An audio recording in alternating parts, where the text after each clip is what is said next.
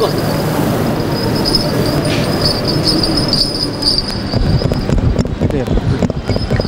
Al bak.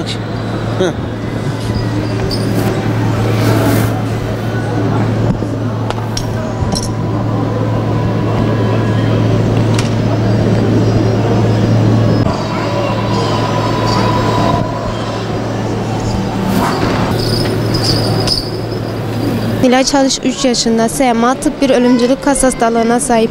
Ben evladımı, yarınımı kaybetmek istemiyorum. Bugün benim kızım SMA hastalığıyla savaşıyor. Nefes alamıyor, yemek yiyemiyor, yürüyemiyor. Allah rızası için yetkililere sesleniyorum, devlet büyüklerime sesleniyorum, iş adamlarına sesleniyorum. Lütfen Nilay'a ses nefes olun. Biz istiyoruz ki kızımızı yaşatalım. Biz kızımızı toprağa vermek istemiyoruz.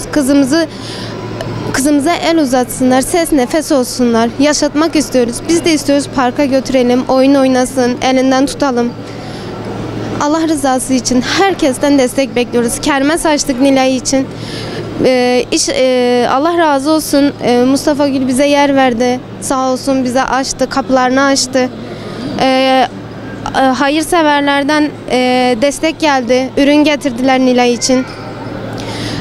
Buradan herkese sesleniyorum. Nilay için ses nefes olsunlar, destek olsunlar. Zor süreç, çok zor. Bir ay içinde 15 tane bebeğimizi kaybettik. Az önce yine bir haber geldi. Bir bebeğimizi daha kaybettik. Biz evlatlarımızı yaşatmak istiyoruz. Yarınlarımız, umutlarımız kaybetmek istemiyoruz.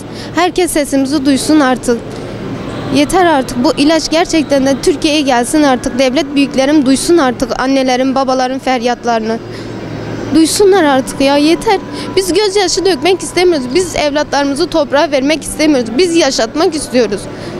Bir evlat kolay mı dünyaya geliyor?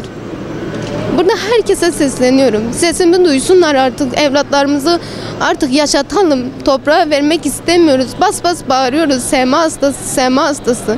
SMA hastası bebeklerimiz yaşam mücadelesi veriyor. Çocuklarımız sabaha kadar yatamıyorlar. Nefes alamıyorlar.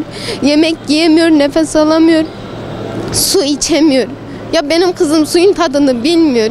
Dayanamıyoruz biz artık. Evlatlarımız gözümüzün önünde eriyor. Dayanamıyoruz biz. Kızım SMA tip 1 hastası. Kızımın Türkiye'de ilaçları yok. Yurt dışındaki tedavi alabilmesi için, Zolgensma'yı alabilmesi için Adıyaman Kahta yolu üzerinde fuarda kermeslerimiz devam ediyor. Lütfen Allah rızası için buradan Sayın Cumhurbaşkanıma sesleniyorum. Sağlık Bakanı Fatih Bey'e sesleniyorum. Lütfen bu ilacımızı getirin. Çocuklarımız ölmesin artık.